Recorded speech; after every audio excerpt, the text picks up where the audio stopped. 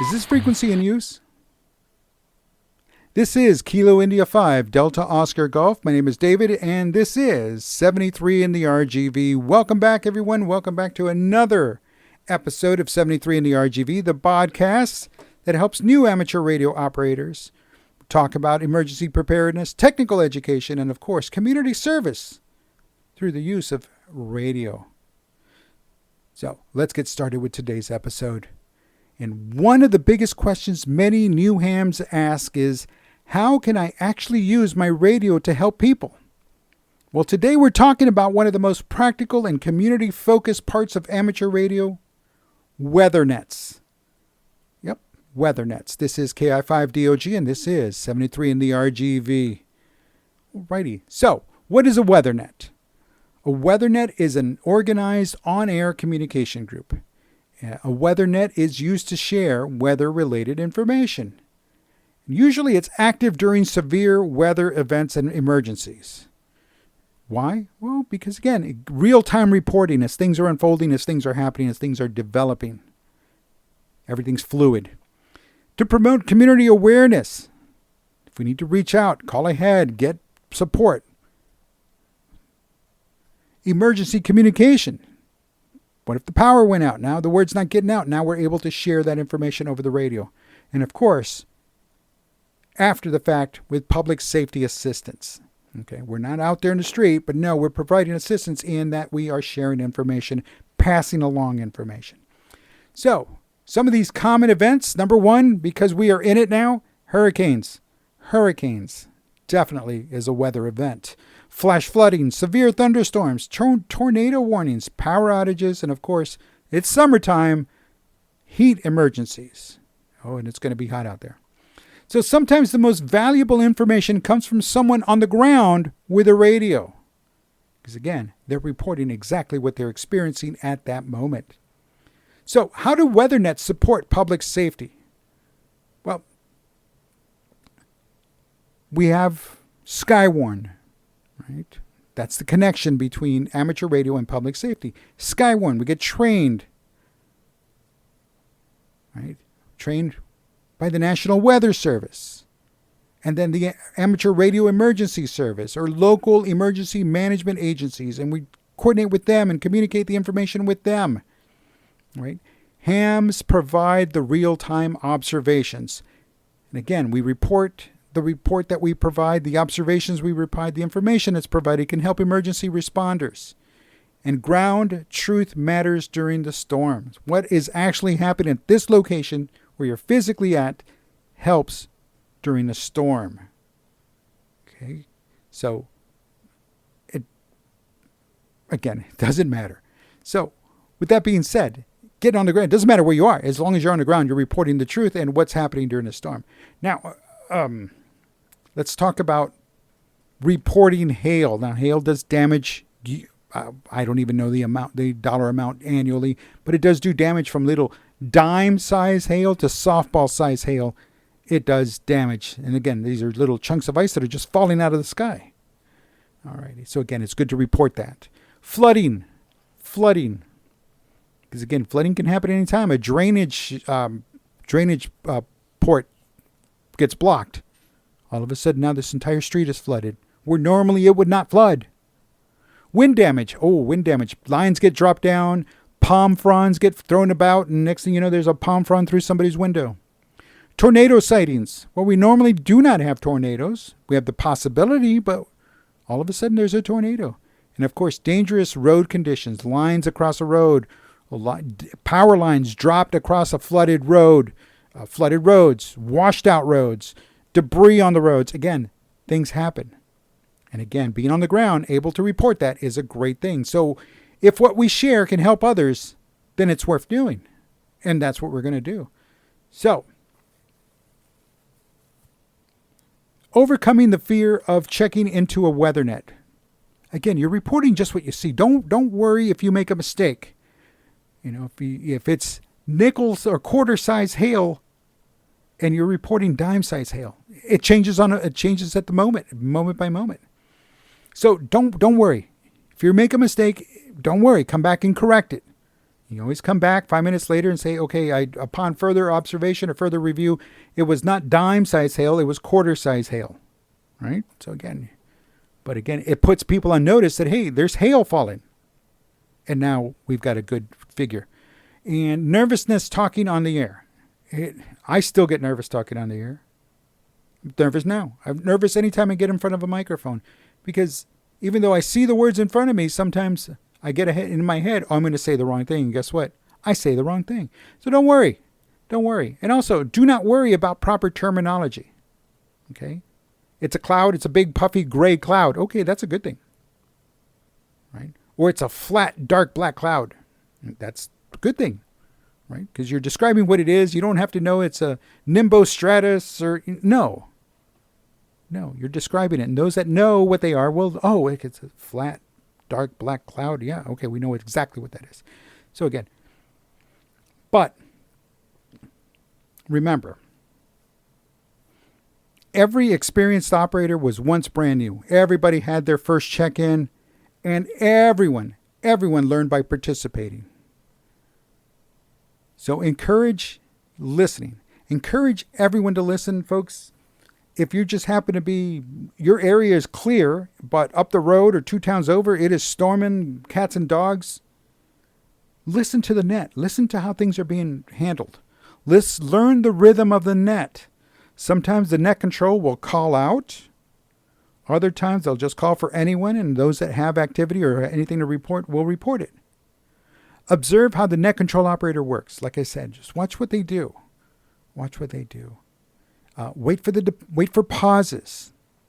Now you're ready to key up the mic. Wait for the pause. So if somebody's been reporting, or there's a lull in the reporting and no one's saying anything, key up, identify yourself, speak clearly, and keep the transmission concise as quickly as possible, and follow directions from that controller. If they ask you to amplify on something, if you don't know, say, I don't know, I need to check. I'll report back to you in 5 minutes. That's fine. That's fine. But let them know what's going on. Right? But stay calm. Try to stay calm. Now, you do not have to sound perfect to participate. Just participate. So, what is the equipment for WeatherNet participation? Well, the best piece of equipment, actually, to tell you the truth, is a handheld radio. A fully charged, fully configured, properly configured, you've already communicated on it, a handheld radio. Because if the power goes out on your base station, well, you're done, right? But the handheld, it works. And keeps you mobile, too. You're able to move about. Oh, I'm going to go check the back of the house. I'm going to check the front of the house. Again, what works for you works. Alrighty. So, again, the basic setup, a handheld radio, the entry-level antenna or next-level up antenna, again, that you can screw onto the top of your HT, and spare batteries. Always have a spare battery. The last thing you want is to be in the middle of a transmission and your battery dies. You don't know it's dead until you finish letting go of the microphone. You release the key, and now you've got problems. You've got to start all over again. Alrighty.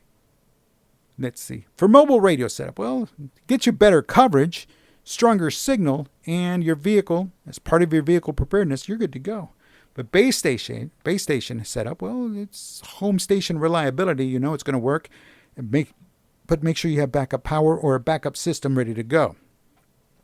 Weather radio. Oh, if you don't have the frequencies plugged into a spare radio for your NOAA weather radio, that's fine. Get a NOAA weather radio, one with the code for your area. That way you plug in the code where you're at, and when that code tone transmits, you get that message specific to your area, and that's a good thing.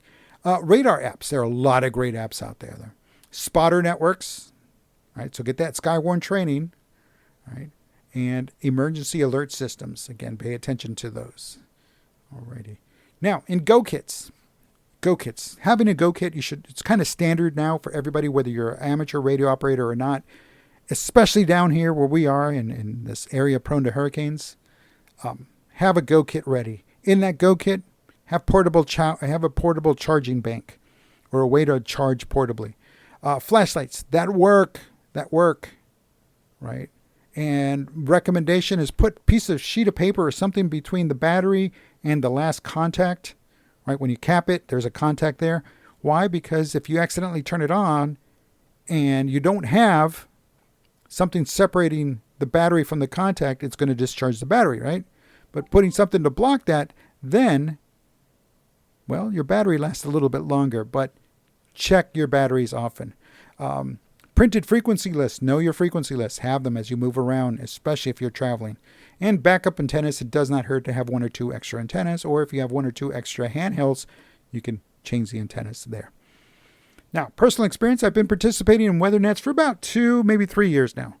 And my favorite experience is I have a weather station in the backyard, and it's feeding real-time information to my monitor, and then from there I'm able to pass it along. So that's a lot of fun, because you're giving that exact location, that exact place on the planet where you are, and that information as it's happening right then and there. The biggest lesson learned is practice with the backup equipment before emergencies. Know which handheld radio is going to work where you stand inside, and where to stand inside is going to be most effective. I know for a fact, in my case, do not stand next to the refrigerator. Stand next to the front door, back door, or front door. Back door more than the front door, but the signal will get out then. A lot of RF in right by the refrigerator. So definitely practice with your backup equipment. Some mistakes, some common beginner mistakes and myths. Mistake number 1, waiting until emergency to practice. Don't do that. Practice all the time. Not programming local frequencies ahead of time. I have one radio right now that's totally cleared. After I'm done here with recording this episode, I will be loading it up again. Mistake number 3, in ignoring backup power needs. Do not ignore backup power needs. Talking too much during active nets. Talking too much. And what we're talking about here is talking with others and not to net control. Right? If you need to, jump onto a different frequency. Now, mistake number 5, not listening carefully before transmitting. Right, so listen to net control. They might be calling by area. Town 1, who's available in town 1, who's available in town 2, and town 2, they'll actually say the name, who's in town 3, that kind of net. Otherwise, it's just a big gaggle, big Charlie Foxtrot of voices over static, and that's nonsense. So again, doubling over others, don't make that mistake. Listen, wait for pauses. Keep your transmissions as short as possible, but again, you want to get your message across. So don't go into a deep dialogue of how the hail was very smooth on one side and rocky on the other. No, just keep it simple. And again, forgetting tactical clarity. Again, be tactical about it. Information, straightforward, and don't use any terms that you know that they don't know. It's better to describe something if you don't know the actual term. Myths about emergency communications. Well, you have to be an expert to help. Actually, no. Accurate observations are all that matter. That's really what truly matters. Accurate observations, calm communication matters, and of course, reliability. Be reliable. Myth number 2, only advanced operators participate. No. New technicians can absolutely contribute. And if you find that you are a new technician in your immediate area, you might be the voice for the entire area. So again, no, you don't have to be advanced, but listen to how things are going. But if you have something to say and it's that important, that urgent, then by all means, break and get into it. Alrighty. Community involvement and training. Well, again, get involved, participate.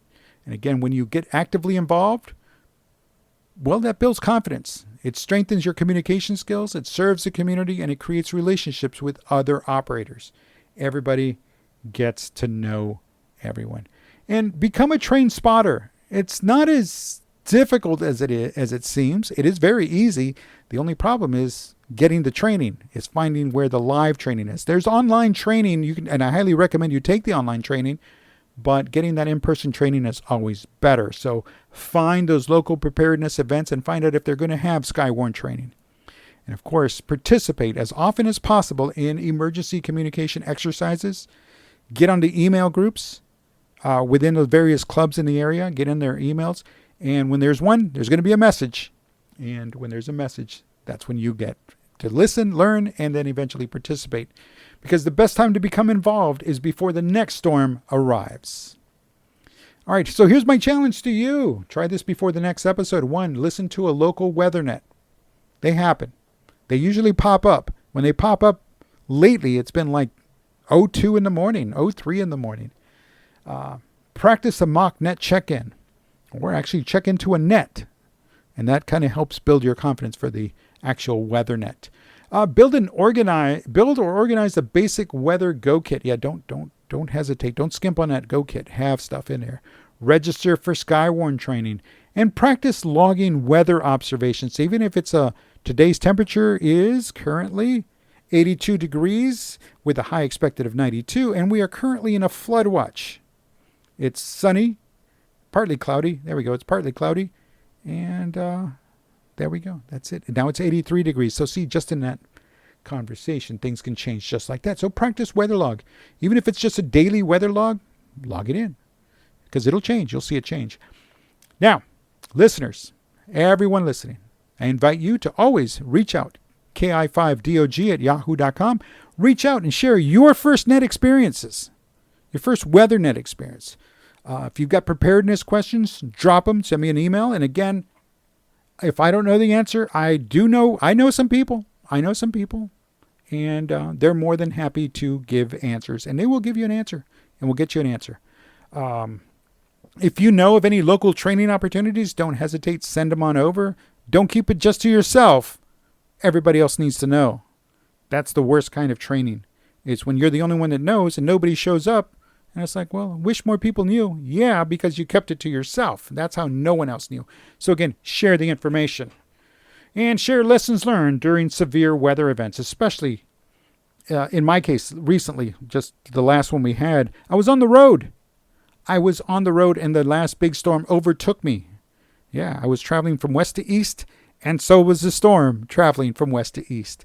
And at one point, it overtook me. So that was an experience, and I was driving, so I was not going to get on the radio and not start reporting what was happening, because, again, I could, as soon as it overtook me, visibility was cut to next to nothing, but made it through.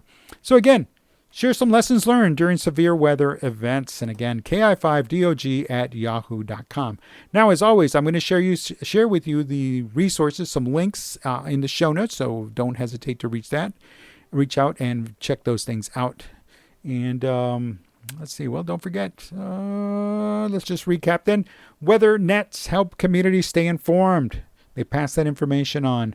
And new operators can absolutely participate. We encourage you to participate, be part of the conversation, join that conversation, because you never know. You might be the only voice for your community.